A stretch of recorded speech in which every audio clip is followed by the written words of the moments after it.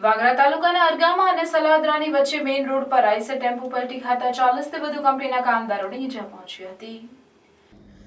વિલાયત જીઆઈડીસીની જ્યુબિલિયત કંપનીમાંથી કામદારો કામ કરી ટેમ્પોમાં પરત પોતાના રૂમ પર ફરડ્યા હતા. તે દરમિયાન સલાદરા ગામ નજીક આઈસર ટેમ્પો પલટી મારતા તેમાં સવાર 40 થી વધુ કામદારોને ઈજાઓ પહોંચતા તેમને સારવાર અર્થે વાગરા સામૂહિક આરોગ્ય કેન્દ્ર ખાતે ખસેડવામાં આવ્યા હતા.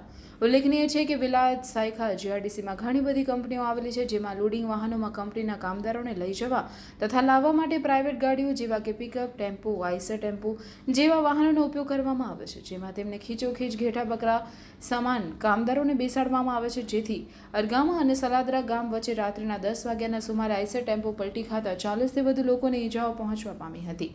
કોન્ટ્રાક્ટરો પોતાના સ્વાર્થ માટે પોતાના થોડા રૂપિયા બચાવવા લાચાર કામદારોનો જીવ જોખમમાં મુકાવી લોડિંગ વાહનોમાં તેઓને બેસવા મજબૂર કરતા હોય છે.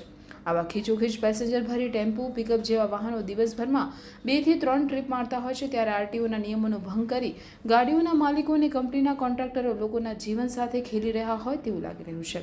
હવે ટ્રાફિક પોલીસ કડક કાર્યવાહી કરે તેવી લોકમાંગ ઉઠવા પામી છે. કામદારોનું શોષણ થવાના બનાવો બનતા જાય છે, અકસ્માતો વધી રહ્યા છે. તંત્રનું અનેક વખત ધ્યાન દોરવા છતાં તંત્ર અને કંપનીની મિલીભગતના કારણે નાના કામદારોનું શોષણ થઈ રહેલું છે. આજે હોસ્પિટલની અંદર જે સારવાર હેઠળ છે ત્યારે કંપનીના જે અધિકારીઓ છે એમણે કામદારોનું ધ્યાન રાખવાને બદલે અહીંયા કામદારોની ખબર પૂછવા માટે અમે આવ્યા છે તો મળવાથી પણ રોકવામાં આવે છે. અહીંયાથી મેં પીએસઆઈ વાગરાને વાત કરી અને ગુનો નોંધવા માટેની વાત કરી તો એમણે ડ્રાઈવર વિરુદ્ધ ગુનો નોંધ્યો છે.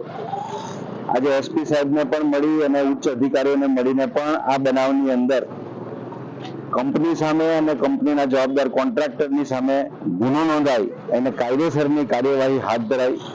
જે ઘાયલો છે ઘાયલોને વળતર મળે એના માટેનું આયોજન થાય અને ભવિષ્યની અંદર કામદારોનું આ વસાહતોમાં શોષણ અટકે એના માટેના પગલાં ભરવામાં આવે એની રજૂઆત કરવામાં આવશે.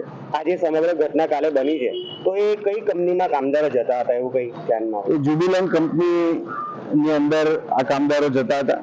આજે પબ્લિક ટ્રાન્સપોર્ટની આટલી સરસ વ્યવસ્થા છે, ટ્રેનો દહેજમાં જાય છે અને આ ગેરકાયદેસર રીતે જે રીતે ટેમ્પાની અંદર, કેમ કે આ કોઈ પેસેન્જર ટેમ્પો નહોતો અને એની અંદર 50 જેટલા કામદારોને ભરી અને કંપનીમાં લઈ જતા હતા, એ પણ ગુનો બને છે. એનો પણ ગુનો નોંધાવવો જોઈએ. આરટીઓની પણ આમાં ભૂમિકા શંકાસ્પદ છે. આરટીઓ સામાન્ય બાઇક ચાલકો અને વાહન કારને ટ્રાફિકના ઓઠા હેઠળ પોલીસ પણ જ્યારે પગલાં ભરતી હોય છે અને લોક મારી દેતી હોય છે ત્યારે આવા મોટા ગંભીર જે ગુનાઓ બને છે એમાં ધાક પીછોડો કરવાનો જે પ્રયાસ કરી રહેલી છે એ નિંદનીય છે અને આ માટે સરકારે, પોલીસ તંત્રે સજાગ રહેવાની જરૂર છે. તંત્ર અને કંપનીઓની મિલીભગત છે એના કારણે આ કામદારો ભોગ બની રહેલા છે. આજે મારે pure Gujarati Kathiawadi tasty authentic food ખાવું છે ને હું આવી ગઈ છું taste of Bharuch Shri Khodiyar Kathiawadi ઢાબામાં.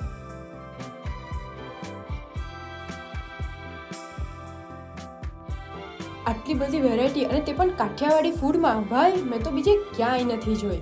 શ્રીખોડિયાર Kathiawadi hotel છેલ્લા 10 વર્ષથી ભરૂચમાં એક જ સરખો ટેસ્ટ ભારતીય જનતાઓને પીરસી રહી છે અને ગર્વની વાત તો એ છે કે આ ટેસ્ટ ઓફ ભરૂચની ઓલ ઓવર ભારતમાં 70 થી પણ વધુ બ્રાન્ચ છે. આ છે બેકમેન હોલ, જેની કેપેસિટી છે 200 થી 300 માણસોની અને તમે ફેમિલીનું get together, birthday party, ring ceremony, કોઈ પણ જાતના ફંક્શન અને એક રીતની મીટિંગ યા તો કોઈ પણ જાતના ફંક્શન અહીંયા કરી શકો છો.